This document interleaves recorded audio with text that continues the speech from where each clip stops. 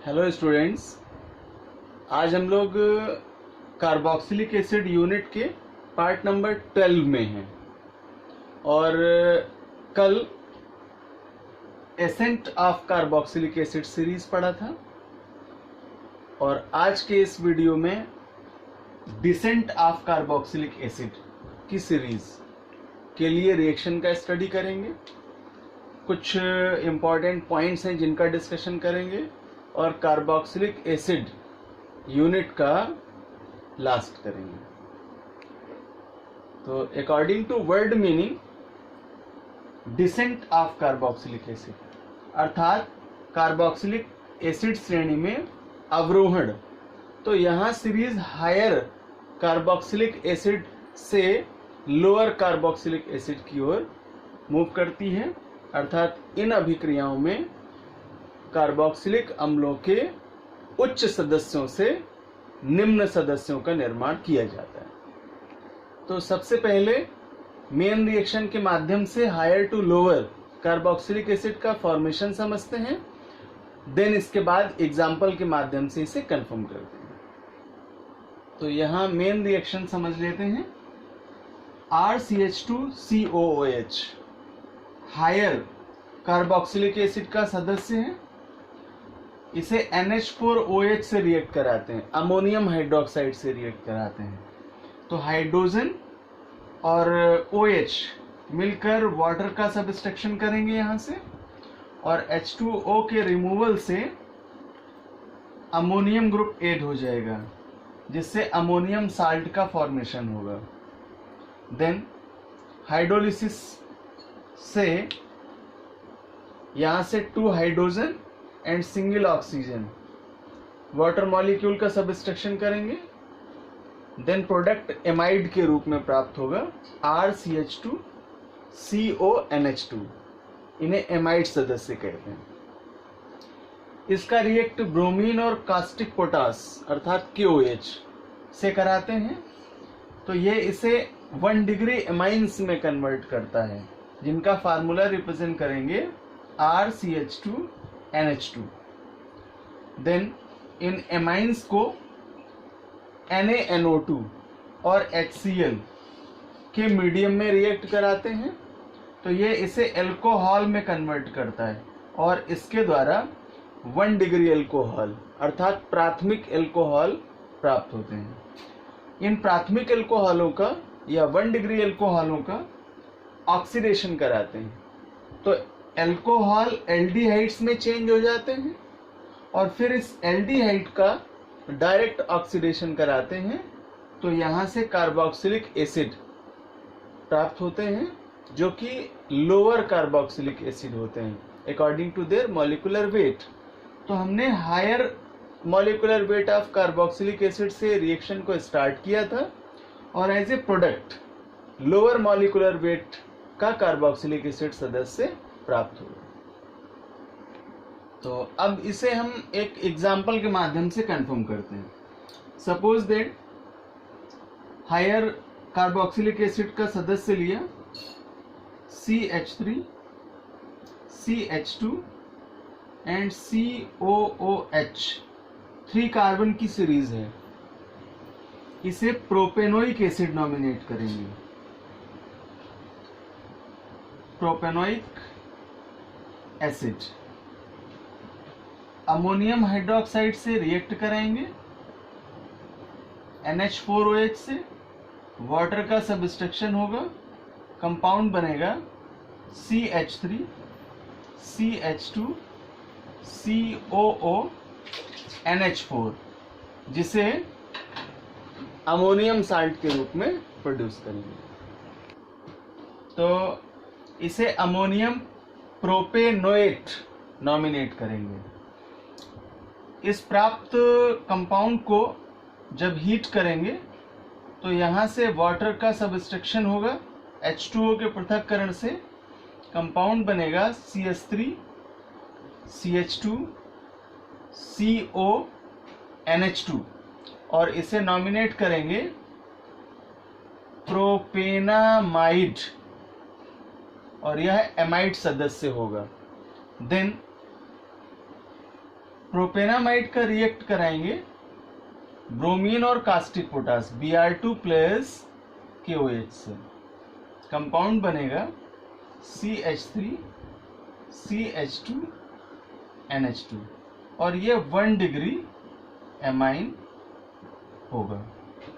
Then इस 1 degree amine compounds का अगर नॉमिनेशन करें तो ये 2 कार्बन का सदस्य है, तो इसे एथिल एमीन नॉमिनेट करेंगे। इस एथिल एमीन से रिएक्ट कराएंगे सोडियम नाइट्रेट NaNO2 HCl का, देन कंपाउंड मिलेगा एल्कोहल, फार्मूला होगा CH3 CH2 OH और ये 1 डिग्री एल्कोहल एथेनॉल कहलाएगा। अब इस एथेनॉल का डायरेक्ट ऑक्सीडेशन करा दें तो ऑक्सीडेशन कराने से एल्डिहाइड मिलेंगे, फार्मूला होगा CH3 एंड CHO और इस प्रकार इस एस्टल्डिहाइड कंपाउंड का जब ऑक्सीडेशन कराएंगे तो ये इसे कन्वर्ट करेगा CH3 COOH अर्थात एथेनोइक एसिड या एस्टिक एसिड का फॉर्मेशन करेगा। तो ये रिएक्शन आपकी हुई प्रोपेनोइक एसिड से एथेनोइक एसिड, अर्थात प्रोपेनोइक अम्ल से एस्टिक अम्ल कैसे प्राप्त करेंगे। तो ये 3 कार्बन वाला सदस्य था और ये 2 कार्बन वाला कंपाउंड है, तो इसलिए ये हायर मॉलिक्यूलर वेट का होगा और ये लोअर मॉलिक्यूलर वेट का होगा। इसलिए इस पूरे कॉन्सेप्ट को नॉमिनेट किया गया डिसेंट ऑफ कार्बोक्सिलिक एसिड या कार्बोक्सिलिक एसिड श्रेणी में अवरोहण। तो लास्ट करेंगे कार्बोक्सिलिक एसिड डेरिवेटिव्स से, अर्थात कार्बोक्सिलिक अम्लों के व्युत्पन्नों से। तो पहले तो डेरिवेटिव समझ लें क्या है। जब कार्बोक्सिलिक एसिड के OH ग्रुप अर्थात हाइड्रोक्सिल समूह का रिप्लेसमेंट किसी अन्य समूह द्वारा, जैसे हैलोजेंस द्वारा, जैसे OOCR द्वारा, एनहाइड्राइड्स हैं ये, या एमाइड ग्रुप द्वारा, या एल्कोक्साइड OR द्वारा रिप्लेसमेंट किया जाए तो जो बने हुए सदस्य हैं यानी प्राप्त होने वाले जो कंपाउंड्स हैं उन्हें डेरिवेटिव्स ऑफ कार्बोक्सिलिक एसिड कहते हैं। तो सपोज दैट यहाँ से OH ग्रुप का रिप्लेसमेंट किया अगर X ने, तो X हैलोजन है, तो यहाँ से आप क्लोरीन, ब्रोमीन या आयोडीन को यूज करेंगे और जो कंपाउंड प्राप्त होंगे वे एसिल हैलाइड कहलाएंगे, जो कि कार्बोक्सिलिक अम्लों के व्युत्पन्न होंगे, डेरिवेटिव होंगे। In second case OH group का सब्स्ट्रक्शन कराएंगे OOCR से, तो ये कंपाउंड जब OH को हटाएगा तो इसी सिमेट्री पर पूरा एडिट होगा, देन कंपाउंड जो प्राप्त होंगे वे एसिड एनहाइड्राइड कहलाएंगे।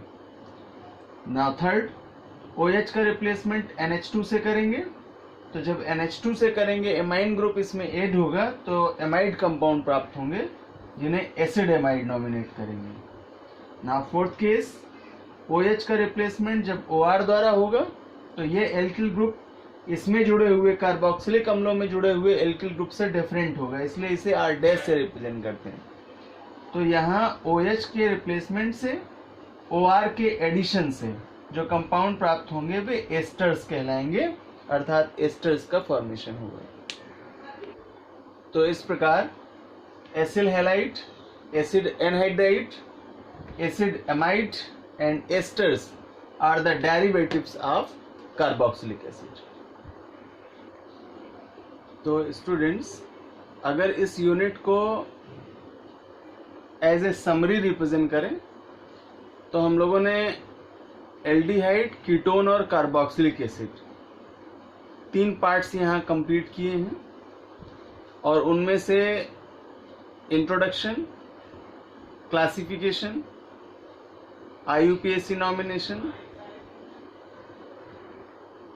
Isomerism, formation methods, physical properties, chemical properties, properly उनके कंपाउंड्स, उनके लैब मेथड्स विथ डायग्राम और uses, convergence, what happen व्हेन्स, nominated reactions का प्रॉपर स्टडी किया। अपने आप में बहुत ही ब्रॉड यूनिट थी जिसको हम लोगों ने इतने पार्ट्स में कंप्लीट किया। और इस पूरे यूनिट का अगर समरी निकालें तो कुछ नॉमिनेटेड रिएक्शंस हैं, इम्पॉर्टेंट रिएक्शंस हैं जिनको मैं यहाँ नॉमिनेट करूँ। आप लोग इन्हें ज़रूर तैयार कर लीजिए, ये बोर्ड एग्जामिनेशन में सर्वाधिक पूछे जाने वाले हैं। पहला है डीकार्बोक्सिलेशन अर्थात विकार्बोक्सिलीकरण अभिक्रिया। देन एसिटिलेशन अर्थात एसिटिलीकरण। Then Cannizzaro reaction. Then aldol condensation reaction and Etard reaction. Gattermann's aldehyde synthesis reaction are the most important reaction of this unit. Rosenmund reaction, reaction of Grignard reagent, oxidation by Tollens reagent, and reaction with Fehling solutions, Cannizzaro reaction, sulfonation, nitration are the also most important reaction of this unit.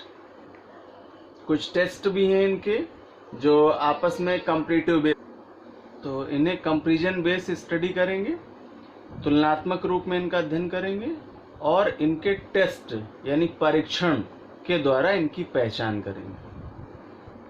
तो students, आज से हम लोगों ने यहाँ carboxylic acid unit complete किया है। Next class में हम लोग नई यूनिट के साथ होंगे।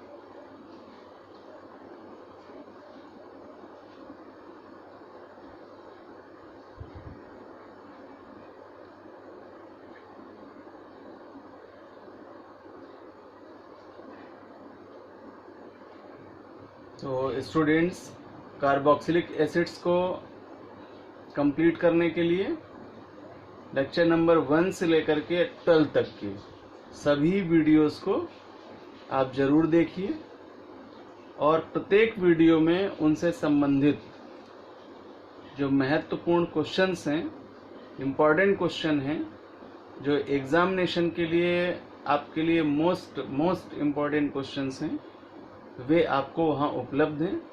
उनके सॉल्यूशंस भी वहाँ उपलब्ध हैं, अर्थात उनके आंसर्स भी वहाँ उपलब्ध हैं। तो आपको नोट्स बनाने में भी सरलता है, इम्पॉर्टेंट क्वेश्चंस की सीरीज भी मिलती जा रही है, ये भी अच्छा है, और साथ में उनके सॉल्यूशंस भी हैं, अर्थात उनके आंसर्स भी हैं। तो आप इन वीडियोस को देखिए और समझिए, और इस प्रकार से यहाँ हम एल्डिहाइड कीटोन और कार्बोक्सिलिक एसिड यूनिट को कंप्लीट करने के बाद नेक्स्ट क्लास में नई यूनिट का स्टडी करेंगे।